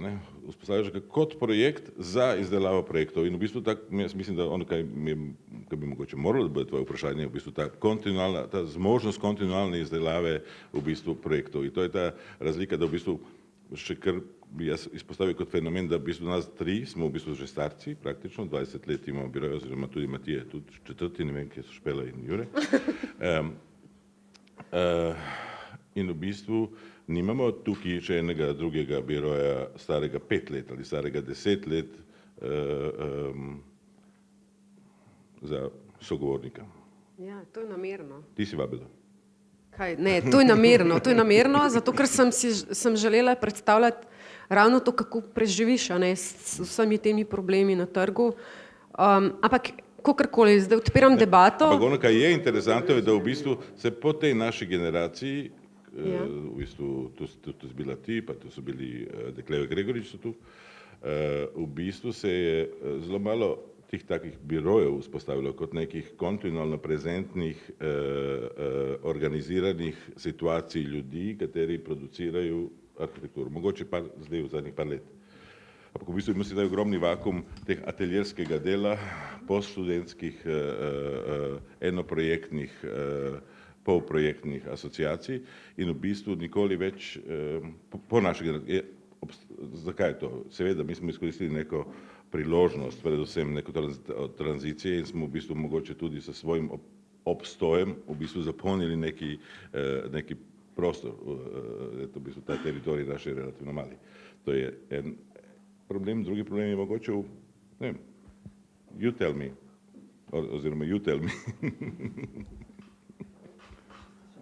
Ja, sej, mislim, da mi trije res nismo neka pravi naslov za poslovni načrt, oziroma ker kolikor sem gledal, recimo vsak, kako se reče tem, kako se reče po slovensko, nekaj, ja, po slovensko. Startup so mlada podjetja, ne tista, ki začenjajo. No, Zagonska, tako, zagonska. Da, v bistvu, najprej moraš imeti poslovni načrt, ne? Potem imajo podjetja, ki si pač dobijo prostor, najamejo si prostor, tajnico, vse nekako naredijo poslovni načrt, posojila in koliko časa bojo oni lahko z nekim oziroma s poslovnim načrtom uspeli. Mislim, da smo mogli mi delali točno obratno, ne? Nekako se nam je nekaj posrečalo. Jaz se spomnim, da prvo, kar sva Špelo naredila, je to, da sva dobila prostor, delala tam pač z enim delavcem tam, da smo biro nekako spravili v enem mesecu iz ruševine gor. Tako da je v bistvu vsak poslovni načrt, po mojem, na naših primerih bi padel in noben možen investitor ne bi šel v investicijo v kakršnekoli shareholder oziroma karkoli. Druga stvar, kar sem še hotel povedati, je to, da v bistvu da je neverjetna ta, bi rekel, sorazmernost med velikostjo projekta, se pravi cena malega projekta versus recimo velikega, ker to je cenovno tak razkorak, da recimo v celem našem zgodovini smo zaslužili najbolj in na projektu, ki sploh ni bil zgrajen, in hkrati, ko ste vi s Stožicami pripadli, smo mi lahko bili hvaležni, da nismo šli naprej v tisti shopping Stožice, ki smo delali, tako da bi rekel, da so stvari v tem recimo bi bilo zanimivo gledati nek ekonomsko poslovno uspešni biro, ki je pač sigurno komercialen, ampak z tega stališča bi bilo mogoče zanimivo slišati neke konkretno diametralne nasprotujoče si prakse, ne, in delovanje. Ne. Publika, odprt je možnost za vprašanja. Če se komu poraja vprašanje, kar prosim roko gor, pa pridem. Tako da. Ampak mogoče pa ja, Rok, si še to začel, kako lahko zaslužiš z neizgrajenim projektom? Ja, s katerim projektom neizgrajenim si? Shopping Stožice, ne? Zdaj bi lahko začel zgodbo, kako smo tender dobili tudi za cel projekt. Najprej smo stadion izgubili, potem dvorana, potem so nam dali ta Stožice, potem so nam obesili na Stožice neke izraelske arhitekte z Delte, ki so imeli blazne ambicije in v bistvu nisem niti vedel, ali oni kontrolirajo nas, ali mi kontroliramo njih. Tako da res bi bila zgodba celo ja. Tako da na koncu ni bilo z tega nič, ampak glede na blazno velikost in takrat nič čas in da smo mi nekako odstopali, si nismo šli nobenih odvetniških, pač, ker se nam enostavno ni dal, res. Ker je tudi tvoj čas nekaj vreden in bi se isto Zaho strinjal, ker rekel, da si pač, ko je neki tajski projekt skopiran, bil realiziran pred njenim, ne, tako da si moraš pač neke prioritete pač v življenju dati, ali so poslovno uspešne ali pa ne, pa pač rad bi vam samo dal na to, da mogoče ne pejte preko svojih zmožnosti. Edino načelo poslovno, ki smo si ga dali midva, je, da nikoli ne jemljemo tehle posojil. Ja, tako, ja. In vse iz šole, iz Harvarda, vse je na firmo, vse gre na biro in ko se rabi, se pač za karkoli, tudi za kavo, se pač porabi. Ne? In tisti pač žakelj je pač prazen, ja, tako.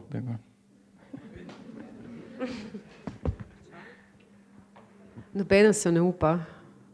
Okay. Kaj pa natečaji? Kakšen del danes predstavljajo natečaji, kakšen del pridobivanja pač dela danes predstavljajo natečaji? Včasih ste delali vsi trije biroji veliko javnih natečajev, danes verjetno delate veliko več vabljenih natečajev, verjetno je to večja razlika. Kako je z natečaji pa pridobivanjem dela danes? Okay.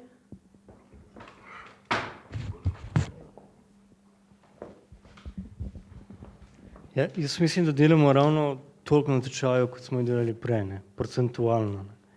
In v bistvu pač, če ne delaš natečajev, oziroma ko ne delaš natečaje, padeš ven iz kondicije. Ne. In je, mislim, natečaji, mislim, so nujni, kaj bi rekel, parameter za to, da biro sploh teče naprej, to, ko smo se prej pogovarjali, da ohranjam v bistvu svojo, ne vem, kreativno kondicijo. Zdaj seveda vprašanje, kako so ti natečaji organizirani. Ne? Da ne delaš natečaje, kot recimo se tlele dogajalo, oziroma se dogaja, da lahko narediš, zmagaš, pa se pa itak ne zgodijo. Ne? Torej tlele spet apeliram na ta, kot prej, na ta framework, ne? Torej na sistem, v katerega je arhitekturno delovanje vpeto. Ne? In znotraj tega delovanja so tudi natečaji. Ne?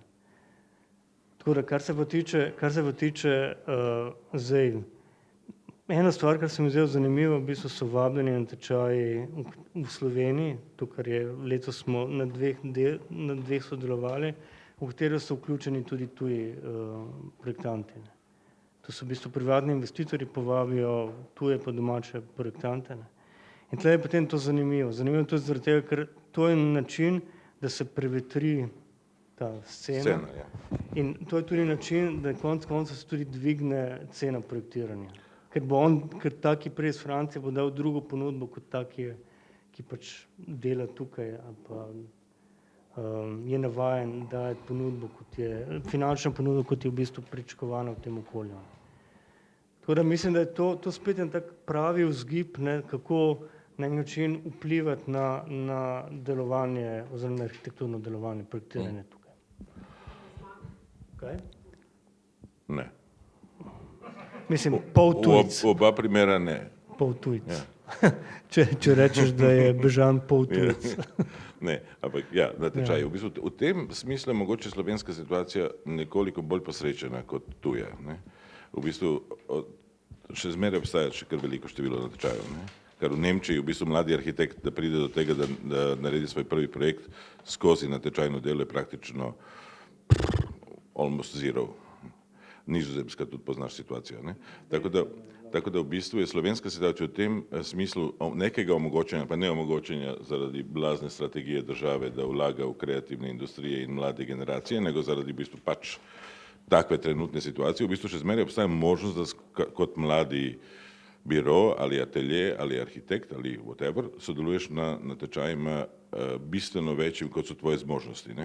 In to je mogoče interesantno, ko sem pokazal te naše projekte, recimo, ko bi primerjali situacijo, da mi recimo trenutno delamo projekt drame in ga dela Tatine pa samo, koji niso tukaj, Martin je tu, je v bistvu, ti delaš v bistvu delo, katero bi v bistvu v tujini, v neki Nemčiji v bistvu bi to verjetno delal tim od 8 ali 10 arhitektov, ne, z enim vodjom tima, z enim v bistvu verjetno kalkulantom zraven.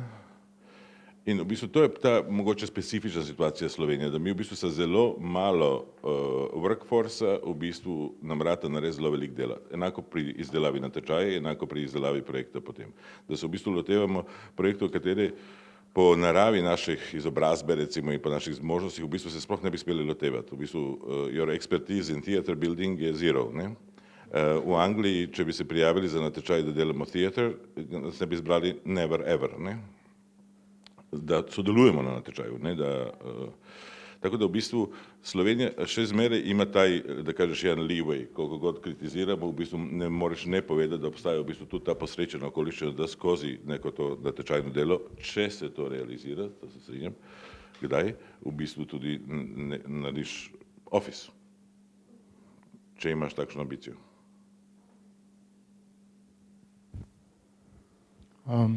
Natečaj. V bistvu kot mlade, recimo arhitekte, če gledam od leta 91 do 98, ko smo pač nadobudno delali natečaj, sploh ni bilo odprti, možno smo imeli z istimi arhitekti, profesorji tekmovati, res, šli smo v to z vsemi pač možnimi, delali smo si biroji v sobi, naposled si kaširal tiste, kaj so pa, sami smo jih šli imeli. Rekel bi pa to, da potem natečaj, sploh kaj natečaj, arhitekturni natečaj in recimo jaz imam en pomislek glede tudi natečaja. Kdo pravi, če gledaš natečaj, recimo zato imam raj šport, ker natečaj je kot neko tekmovanje. Ne? V športu je točno jasno, kdor bo skočil najdalj, recimo, ko smo se ukvarjali s tem, tisti je bil najboljši. Kdo zdaj pravi, da če bi bila žirija druga, da bi zmagal isti projekt?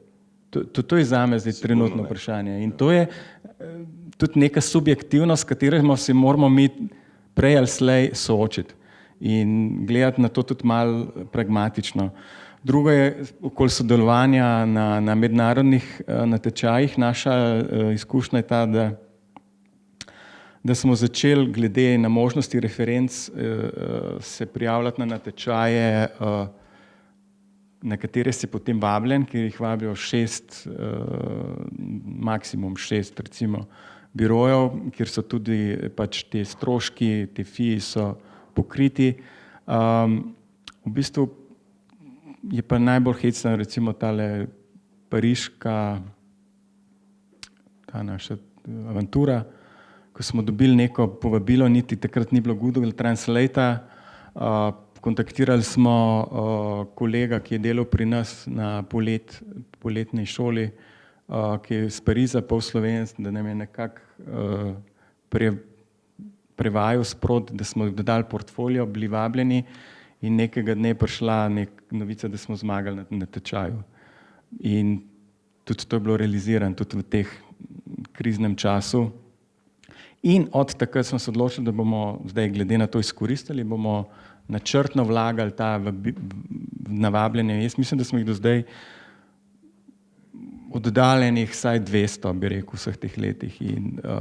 A prijav za natečaj? Prijav in bili mogoče na 5 naprej skupin, ampak nobenega uspeha več. Ne. To je bil edinkrat, prvič in edinkrat, ne vem, potem je tudi to, da ti izideš v Franciji, je mogoče še pol laže kot v samem Parizu. Tako da tukaj sploh včasih, ko gledam nazaj, je, da včasih res imaš več sreče kot pameti in se absolutno nanašati oziroma zanašati na nek plansko oziroma načrtno, po moje tudi v vašem primeru je mogoče včasih se izkaže za ne. Ja, seveda. Tako da glede tega, pa še nekaj sem hotel, sem zdaj pozabil, glede teh natečajev. O žirijah, ziher. To. No, edina taka plansko, recimo je bil pa ta Europan, ne? Europan, a to še obstaja? Europan, obstaja.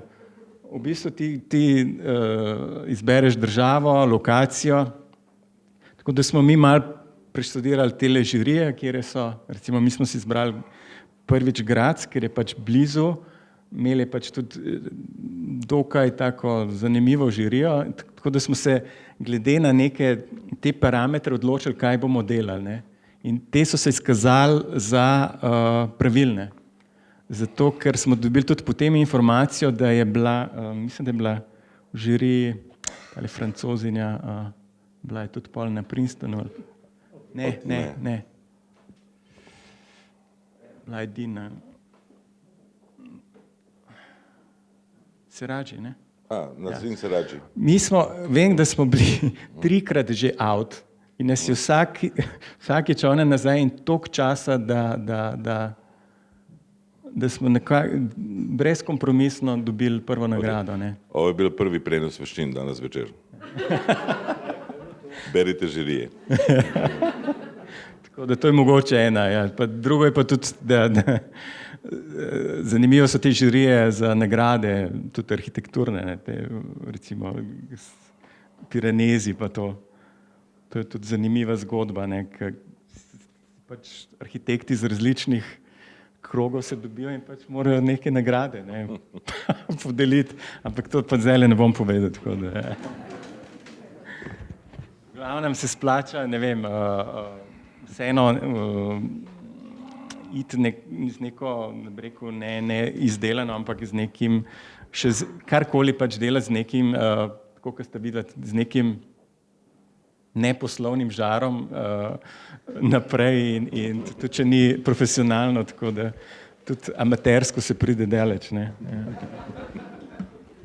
Ok, vprašanja? Ne? Resno? Ok, potem pa, a bi kdo še kaj povedal? Ok, Vasa. Rok ni dokončal zgodbo o žirije. Ja, mislim, da to sem prej povedal, da so na tečaju še zmeraj možni v Sloveniji kot neka kategorija za mlade ofise. Ne? V bistvu je tu pride ta ekstremni problem v bistvu izbire žirij. Ne? In v bistvu je zelo pomembno, da na tečajima ima žirije, ne kažem, da niso zmeraj, da so žirije zmeraj slabe, da ima žirije, katere so v stanju, da v bistvu prepoznajo novo kvaliteto. V bistvu popolnoma je futile effort, da udaraš glavom v zid, če v bistvu na drugi strani imaš sogovornika, kateri ne razume jezika, katerega ti uporabljaš. Ne? Zato je v bistvu odgovornost APS-a številka ena, preden nam regulirajo pogodbe, zašto v bistvu se to itak verjetno ne bo zgodilo za naše karijere, da v bistvu taj koncept natečaja ohrani in razvija na takšen način, da v bistvu omogoča relevantno oziroma da je bolj odprt, pa po drugi strani v bistvu potencijalno inovativen v rezultatu.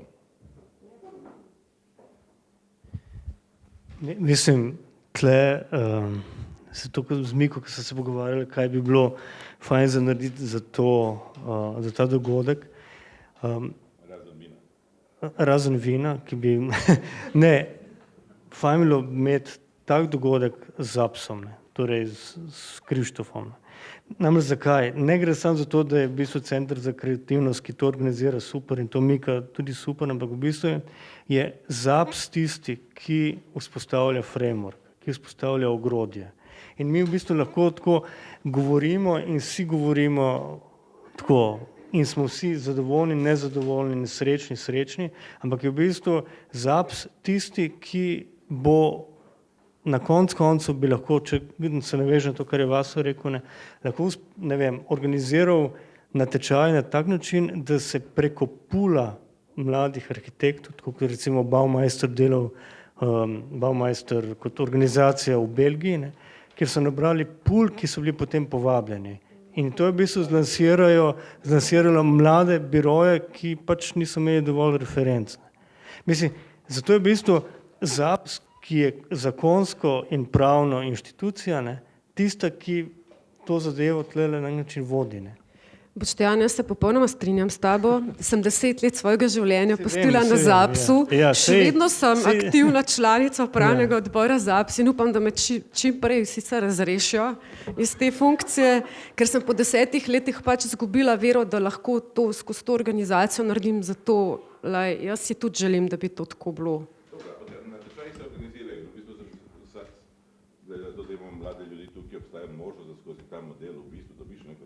Pa se mislim, da v zadnjem času je več mladih birojev tudi zmagali na takih natečajih. Mislim, da celo iz tvojega biroja jih je bilo nekaj, ki so potem odšli v svoje.